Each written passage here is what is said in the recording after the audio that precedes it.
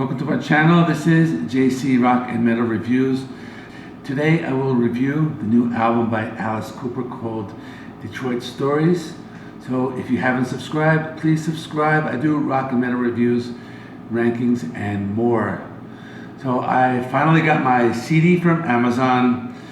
They were supposed to send it on Thursday, and then they said there was a delay and it would be on Friday, and then they surprised me with an email on Wednesday morning, and I got it on Wednesday afternoon, but I was working at the time and I really wanted to listen to it, so I opened it up. I was going to do an unboxing. I did keep it like this. I kept the plastic on because I know JC from the flip side likes the hype sticker, so check that out right there. And so it's a digipack here. It's pretty cool. It opens up. I got like the CD DVD version. It was only a few dollars more. It was really worth it. I haven't heard the DVD yet, but there's 2 discs here, and it closes up and it has a lyric booklet inside, which is pretty cool. It's a pretty thick book, and inside you can see all the lyrics to all the songs. So I think it is a really nice package. So let me talk about the album. So this album was announced back in November. I've basically been waiting 3 months to, for this album to come out. The first single was released. It was a cover of a Velvet Underground song called Rock and Roll. And I did a review of that song, and I'm going to link that to the end of the video, so I won't talk too much about that. But this album basically is a tribute to the city of Detroit. So back in the late 60s and the early 70s, Detroit was like the center of this hard rock, guitar driven music. There are a lot of bands like the Stooges, MC5, Bob Seger, and Ted Nugent, as well as Alice Cooper, of course.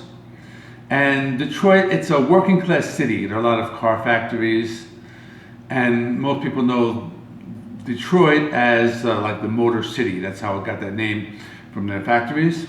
Now, when Alice Cooper decided to record this album, he went to Detroit and he got a lot of Detroit-based musicians to help him with the album.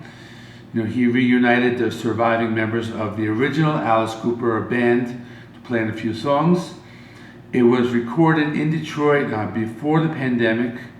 So if you're a fan of Alice Cooper, you know that he has explored many different musical genres over the past 52 years. And this type of album, it's a first for him. So a few of the songs have been released over the past few months. One of my favorite songs is called Hanging On By a Thread, Don't Give Up. This is a very uplifting track about people, felt like they were losing hope during the pandemic. I really like the lyrics and I like the sound of the song. It's just like one of those classic Alice Cooper songs. Now, Detroit was also the home of Motown in the early 70s, and you hear some of that influence on a few of the songs, most notably the song $1,000 High Heeled Shoes. This has a Motown sound and has the backup singers and all of that, and this is a first for Alice Cooper as far as I know. So this album was produced by Bob Ezrin, and he worked with Alice on some of the early albums like Love to Death, School's Out, $1 Billion Babies. I have a few of these in the background here.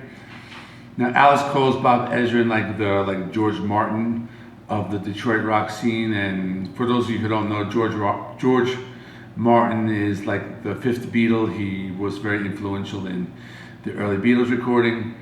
But Bob Ezrin, he's worked with many bands over the years, such as Deep Purple and Kiss.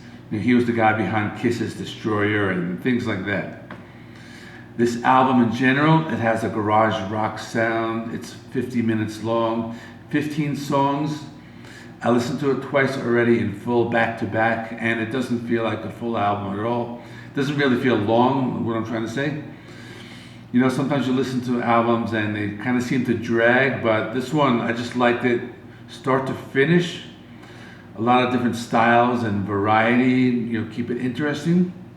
So let me talk about a few other songs. Social Debris, that's one of my favorites. It has this throwback $1 Billion Baby sound. It's a hard rock song and very reminiscent of some of his early albums. So this song features the original Alice Cooper band, and this song was also released, slightly before the release of this album.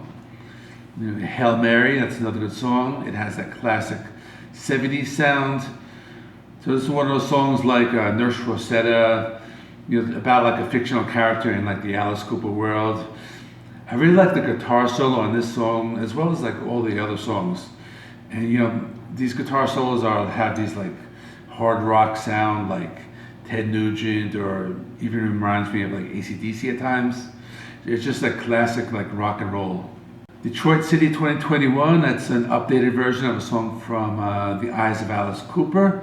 So the lyrics of that song are basically like the entire backstory about how this album came to fruition. This is another rock and roll song, and just one of my favorites. It's a great song.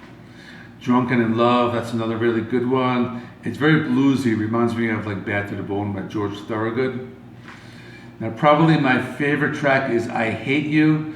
This is just a fun hard rock song, and it's just basically like the guys in the band throwing jabs at each other, and it's just a fun song, and it takes me back to like a lot of the early albums. And the last song I will mention is Sister Anne.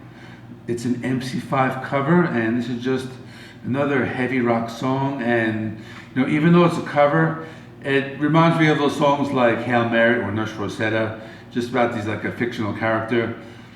And again, the guitar solo, I really, really like it.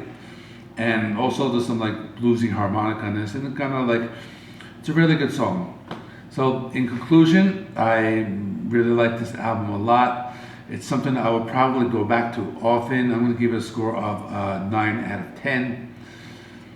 And if you don't know Alice Cooper, I think it's a good place to start. The album has a lot of variety in musical styles.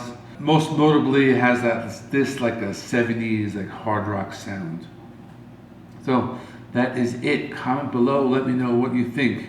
So I'm going to be doing a full Alice Cooper ranking of 28 albums sometime in the next few weeks. In the meantime, I'm going to link a playlist with a few of the Alice Cooper rankings I did when I first started this channel.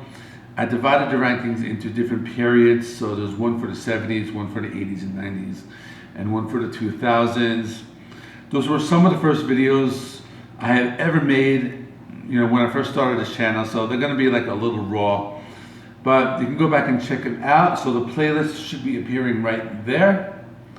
And with that being said, thanks for watching, and I will see you in the next one.